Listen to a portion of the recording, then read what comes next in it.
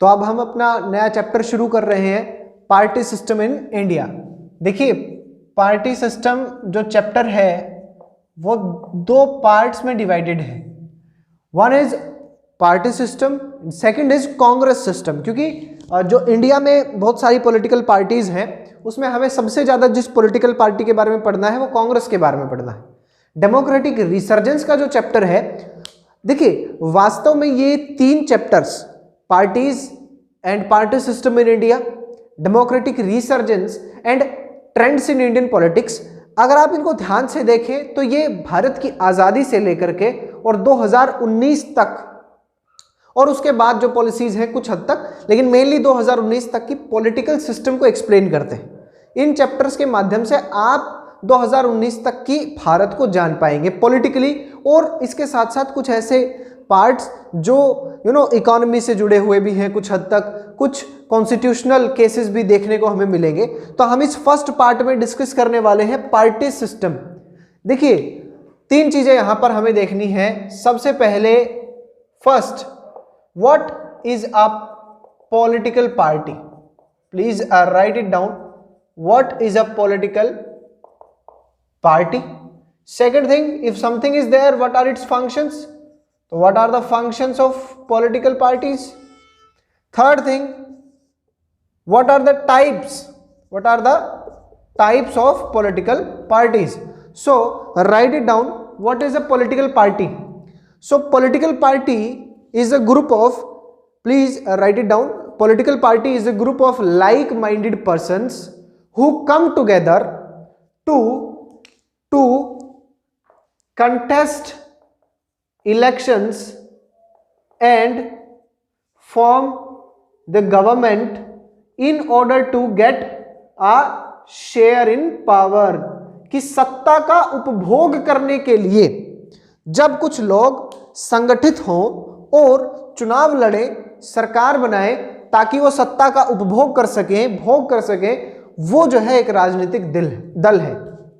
अब political party है तो पॉलिटिकल पार्टी में जो है खास लोग होते हैं अलग अलग पार्टीज में। मान लीजिए ये ए ग्रुप है या ए पॉलिटिकल पार्टी है, ये बी पॉलिटिकल पार्टी है, ये सी political party.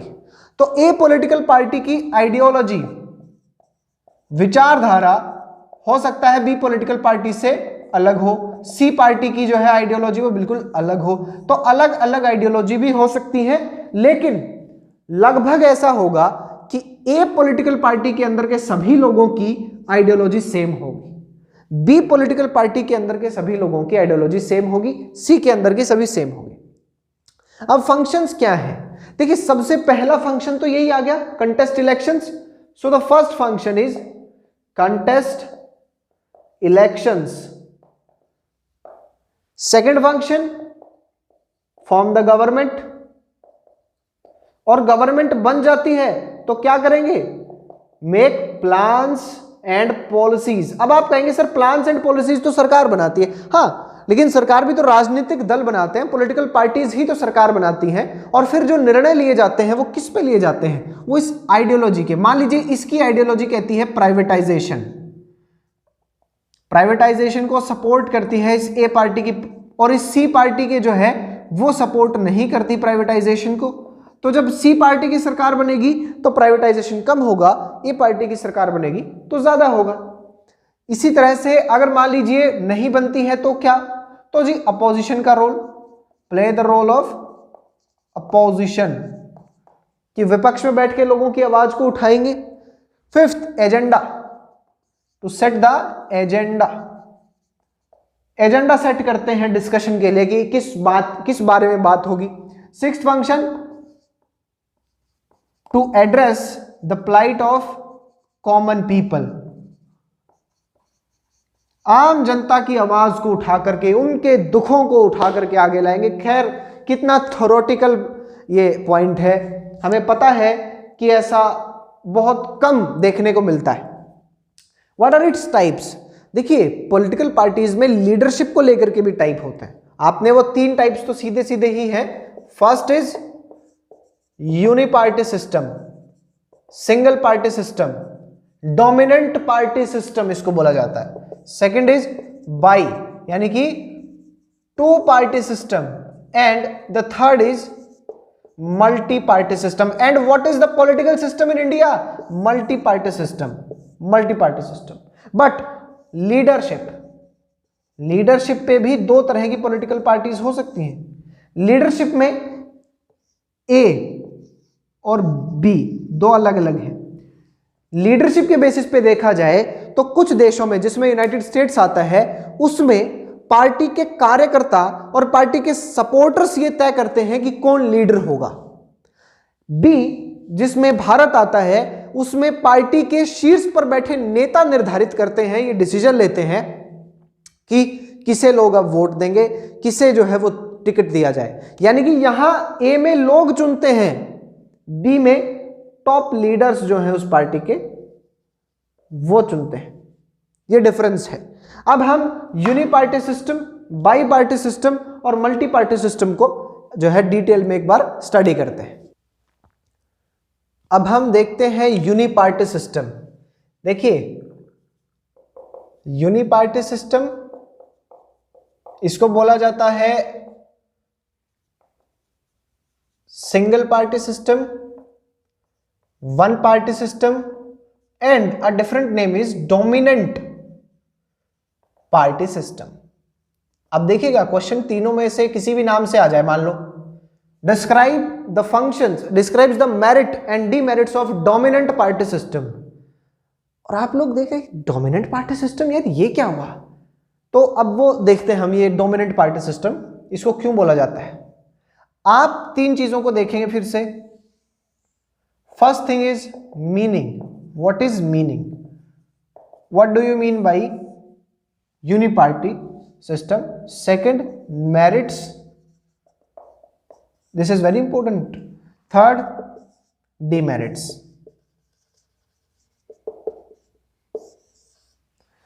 So what is uniparty system? As the name suggests, uniparty means one party. When in a country only a single party is allowed to contest elections and form the government is known as uniparty system. Or when in a country only a single party is allowed to exist, that is also a uniparty system, one party system. And such arrangements are constitutional. The thing is constitutional. ये constitutional है. ये देखिएगा कांग्रेस को compare किया जाएगा PRI से. PRI 20 साल तक चुनाव जीतती रही, 20 साल तक सत्ता में रही, कांग्रेस भी लंबे समय तक रही. तो लोगों ने कहा कि कांग्रेस को कंपेयर किया जा सकता है क्या उससे? तो हम देखेंगे कि नहीं, वहां पर कुछ गलत चीजें होती हैं, रिगिंग होती है, वो सब हम देखेंगे. लेकिन कॉन्स्टिट्यूशनली वहां का तो संविधान इस चीज को प्रमाणित करता है, मानता. अब देखिएगा, जिस देश में केवल एक पार्टी ही हो सकती है वो देश क्या होगा? Single party system, one party system. लेकिन जिस देश में अन्य पार्टीज हो तो सकती हैं, लेकिन किसी एक पार्टी के पास ही अधिकार है सरकार में आने का, इलेक्शन जो है लड़ने का या गवर्नमेंट बनाने का, तो वहां पर डोमिनेंट पार्टी सिस्टम होगा. डोमिनेंट, एक पार्टी डोमिनेंट करती, डोमिनेंट है चाइना. आपको बता दूं, Chinese communist party is in coalition with 8 other parties. 8 parties और हैं चाइना में, but they are in coalition कि तुम्हारी सरकार नहीं बन सकती, बनेगी तो कम्युनिस्ट पार्टी की. This is the meaning. Now merits. अब देखिए सबसे सिंपल सी बात है, पहली मेरिट क्या होगी? Continuation of policies. भाई जब पार्टी एक है, मैंने क्या कहा था, पॉलिसी, मैंने वो मजाक में थोड़ी बनाया था. Policy is made on the basis of ideology, and when different political parties having different ideology come to power, तो फिर पॉलिसी बदल जाएंगी क्योंकि उनकी आइडियोलॉजी अलग है. But when a single party stays in power, the ideology is same, then the policies will remain same. तो continuation of policies. Second thing, national unity. Now this is very important. National unity is maintained. What happens when there are many parties? So people tend to get divide. वो अलग हो जाते हैं एक दूसरे से, उनके बीच में ना मनभेद हो जाते हैं कि उस जाति ने, उस धर्म ने तुम्हारा शोषण किया है, ये किया है, वो किया है, इस तरह की बातों से लोग विचलित हो जाते हैं, एक दूसरे के बीच में दरार आ जाती है और वो किसी ना किसी रूप में जो है नेशनल यूनिटी के लिए खतरा बन जाती है। But when there is only one party there are no such fake propagandas. Third देखिएगा, if the question comes in 6 marks, what do you mean by single party system? Explain its merits and demerits. You will write it down in this way, not in the diagram way. First you will write meaning कि political one party system means this and this. Now we shall have a glance at the merits and demerits. So merits में आप लिखेंगे first continuation of policies. इसको explain करेंगे, कई बच्चे इसको explain नहीं करते, सीधा लिखाएंगे 1 2 3 6, फिर कहेंगे सर आपने लिखा। No, you have to explain कि policies by the government are formed on the basis of ideology of the political party जिसकी सरकार है। अलग अलग सरकारें जब बनती हैं अलग अलग पार्टियों की, तो उनकी आइडियोलॉजी अलग होगी, तो उससे जो है पॉलिसीज पे इंपैक्ट पड़ेगा, लेकिन यहां पे कंटिन्यूएशन होगा। दूसरे में national security, national unity is maintained. Third, national unity is maintained, continuation of policies, so rapid progress, these all are interconnected. Policies same रहेंगी, अच्छी पॉलिसीज चलती रहेंगी, उनमें विघन नहीं आएगा, यूनिटी, इस तरह की कोई दंगे फसाद नहीं होंगे, तो रैपिड प्रोग्रेस होगा। और फास्ट डिसीजंस, क्विक डिसीजंस आप बोल सकते हैं, quick decisions are taken. Strong government, कि गवर्नमेंट बोल्ड स्टेप्स ले सकती है। अब जैसे सर्जिकल स्ट्राइक हुआ, तो in India the political parties demanded कि व्हाट आर द प्रूफ्स। तो अजीब बात है, तुम दुश्मन के घर पे जाओगे, उसको मारोगे तो उसकी फोटो खींच के लाओगे क्या, देखो हमने मार दिया इन लोगों को। पर द गवर्नमेंट ऐसे में गवर्नमेंट को जवाब देने पड़ते हैं, बहुत सारी बातें होती है पार्लियामेंट में। But when there is only one party, 3000 representatives बैठे हैं चाइनीज कम्युनिस्ट पार्टी के, एक आदमी बोल रहा है, सब सुन रहे हैं, कोई बोल ही नहीं रहा against. Strong government, the government can take bold decisions. अब कल मोदी जी अगर पाकिस्तान पे हमला कर दें तो और पार्टीज उठ जाएंगी, ये क्या किया, भारत ने 10,000 साल से किसी पे हमला नहीं किया था, तो क्या इंतजार में बैठे हैं कि वो हम पे कब हमला करें, फिर कब हम रिप्लाई दें। But if there is a strong government, no one will say anything, मारो इनको। Strong government, this forms its first demerit. No opposition, and when there is no opposition, the government becomes dictator. Dictatorship का डर होता है। Dictatorship of what? The dictatorship of a party. Second, no democracy. Democracy कुछ नहीं होती यहां पे। Third, elections are just dramas. आपको वोट करने जाना है, आपके सामने दो लोग खड़े हैं, एक चाइनीज कम्युनिस्ट पार्टी से, दूसरा चाइनीज कम्युनिस्ट पार्टी से, तीसरा चाइनीज कम्युनिस्ट पार्टी से, and the Chinese communist Party saying we are offering choices. ये चॉइस है। अबे तुम किसी को भी जितवाओ, आखिरकार तो चाइनीज कम्युनिस्ट पार्टी ही जाएगी, और वो बंदा कोई भी होगा, आइडियोलॉजी तो कम्युनिस्ट पार्टी की फॉलो करेगा। तो what is the logic behind these elections? क्या फायदा है फिर जब एक ही आइडियोलॉजी को चलना है? Elections are just fraud. और जब ऐसा होता है, no choices are available to citizens, कि लोगों के पास कोई चॉइस अवेलेबल नहीं है। नो राइट्स, कोई राइट्स अवेलेबल नहीं है इनके पास। या आप इसको नो राइट्स को तो हटा दीजिए, no respect for citizens rights, no respect for citizens rights, ये है आपके पास। डिक्टेटरशिप है, कोई अपोजिशन आपको अलाउड नहीं है, इलेक्शन ड्रामा है पूरी रूप से। तो इस तरह की सिचुएशन अराइज होती है। ये क्वेश्चन जब फॉर्म होगा तो 4 और 6 मार्क्स में फॉर्म होगा, और मैंने आपको 4 और 6 दोनों के बेसिस पे करवा दिया है। एक आधा अगर आप इसमें और मेरिट्स डीमेरिट्स ऐड करना चाहेंगे तो आप उनको ऐड कर सकते हैं, अदरवाइज इनफ है। अब हम बाई पार्टी सिस्टम को देखते हैं। So now we will discuss about bi party system, देखिए बाई मतलब two party system. US, UK, Canada, Australia में बाई पार्टी सिस्टम है। तो बाई पार्टी सिस्टम का मीनिंग क्या है? वही वाली बात है, यूनिपार्टी सिस्टम में या तो देश में केवल एक ही पार्टी होगी या एक ही पार्टी सरकार बना सकती होगी। तो whenever in a country there are only two parties allowed to exist और only two parties form the government, then this is known as bi party system. और एक ब्रैकेट में डाल दीजिएगा, when this system is constitutionally regarded, you know, वहां पे ये है या तो कॉन्स्टिट्यूशन में है, either enshrined in the constitution और हैज बिकम अ ट्रेडिशन। तो अब हम देखें तो मीनिंग हो गया।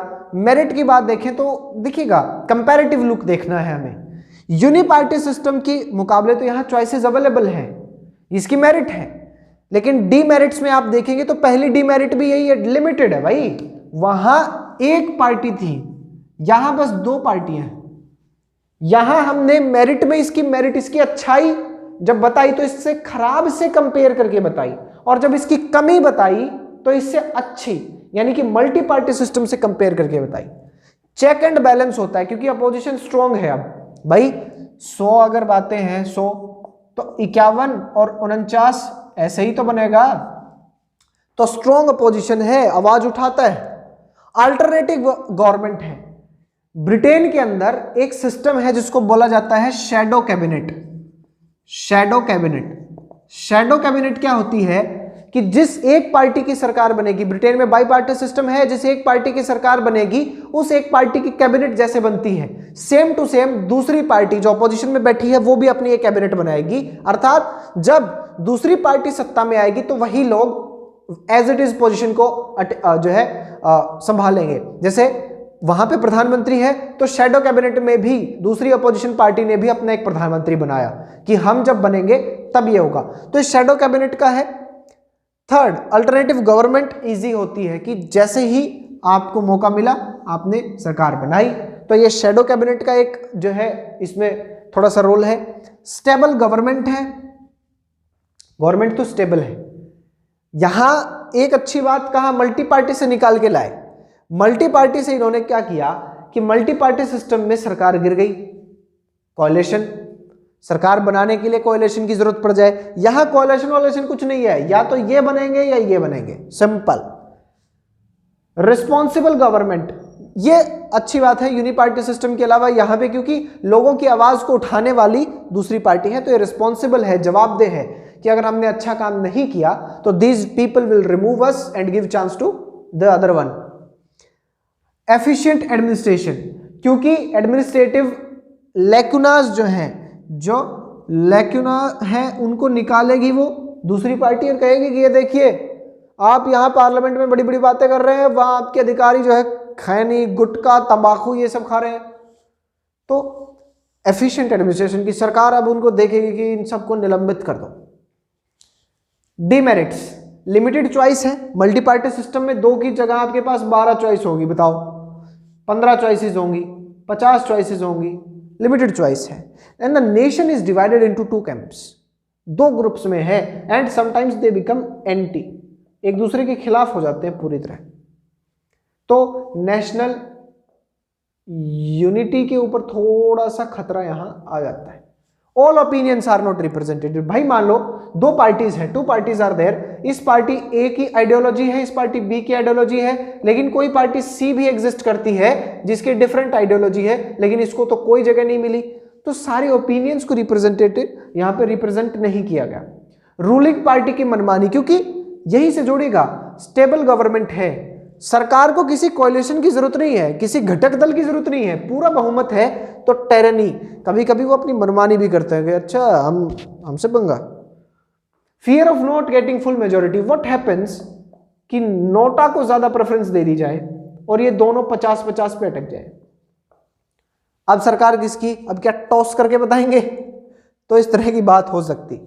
अब हम अपने last system multi party system को देखते हैं। अब हम मल्टी पार्टी सिस्टम के बारे में पढ़ते हैं। मल्टी पार्टी सिस्टम इंडिया में एग्जिस्ट करता है, आपको पता है। मल्टी पार्टी सिस्टम की डेफिनेशन में आप लिखेंगे, whenever in a country there exist several parties more than 2 parties आप लिख दें इसमें तो और अच्छा लगेगा। And all have the equal chance to all are allowed to fight elections, contest elections and make government.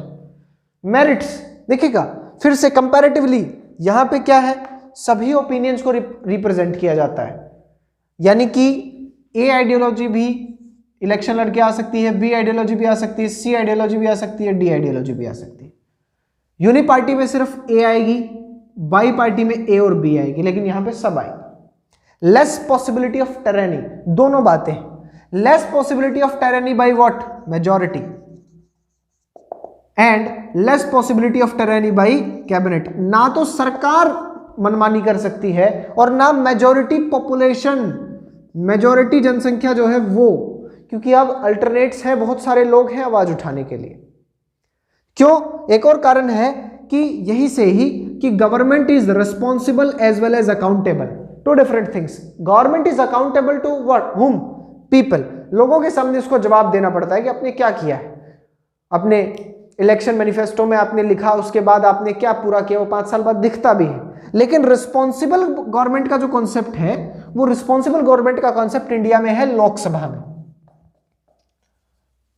Lok Sabha में whenever it is said that Indian government is a responsible government, that means Indian government commands confidence in Lok Sabha. The day it loses its confidence in Lok Sabha, its majority in Lok Sabha, बाहर, out. तो responsible government is a government जो कि लोकसभा के अंदर लोकसभा के प्रति answerable भी है, प्लस में लोकसभा में उसके पास कॉन्फिडेंस है, majority. More scope of choice, choices ज्यादा अवेलेबल है। चॉइसेस अवेलेबल तो बाई पार्टी में भी थी, लेकिन यहां पे ज्यादा अवेलेबल है। Government can be changed easily. अब देखिए ट्रेंड्स, इंडियन पॉलिटिक्स वाला जो चैप्टर आएगा उसमें मैं आपको बताऊंगा। मान लीजिए ए पार्टी थी, बी पार्टी थी, दोनों लार्जेस्ट, ये लार्जेस्ट है, सेकंड लार्जेस्ट है, ये सी पार्टी है, ये इसको समर्थन देती है, ए की सरकार बन गई। लेकिन मान लीजिए अपना समर्थन विड्रॉ कर ले और बाकी बची हुई डी, ई, एफ, ये सभी पार्टीज मिलकर के इसको अपना समर्थन दे दे तो इसकी सरकार बन जाएगी, तो गवर्नमेंट इजीली बन जाती, बार बार इलेक्शन करवाने की जरूरत नहीं पड़ती। Nation is not divided into 2 camps. देखिए दो धड़ों में बंटना बहुत नुकसानदायक होता है। सेवरल ग्रुप्स आर देयर, चल जाता है, लेकिन 2 और एकदम एंटी एक दूसरे के, वो दिक्कत करते हैं। एफिशिएंट एडमिनिस्ट्रेशन है। डीमेरिट्स में देखिएगा अनस्टेबिलिटी, और ये देखिए ये अनस्टेबिलिटी जो है ना, यही सबसे बड़ा इसका नुकसान है। अनस्टेबिलिटी यानी कि बार बार चेंज होगा, चेंज, और ये कोएलिशन की वजह से भी है। चेंज तो होंगे ही, और कोएलिशन हुआ तो सबको खुश करना पड़ेगा, तो करप्शन भी होगा।